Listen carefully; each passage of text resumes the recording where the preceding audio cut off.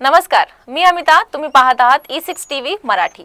महत्त्वाची बातमी समोर येत आहे. महादेव कोळी समाजाच्या स्मशानभूमीतील दीर्घकाळ चालत आलेल्या अडचणींवर अखेर तोडगा निघाला आहे. समाजातील कार्यकर्ते माधव मेघमाळे यांनी ॲडव्होकेट भरतदादा पवार यांना फोन आणि संदेशाद्वारे या समाजाची माहिती दिली आहे आणि अवघ्या काही मिनिटातच दादांनी स्वतः त्या ठिकाणी भेट देत थेट पाहणी केली.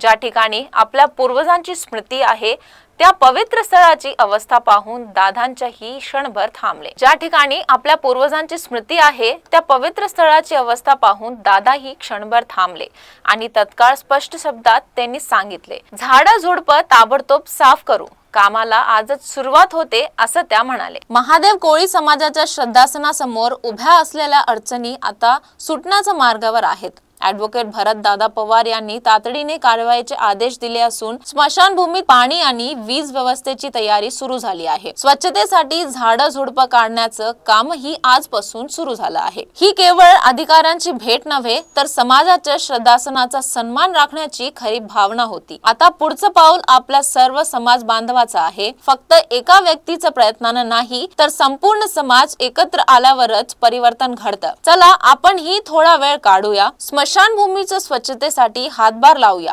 आणि पुढील पिढीसाठी हे पवित्र ठिकाण सन्मानाने जपूया. माझे समाज बांधवांनो, फक्त सोशल मीडियावर चर्चा नको, आज प्रत्यक्ष उपस्थित राहून समाजाच्या कार्यात सहभागी होऊया असं त्यांनी म्हटलं आहे.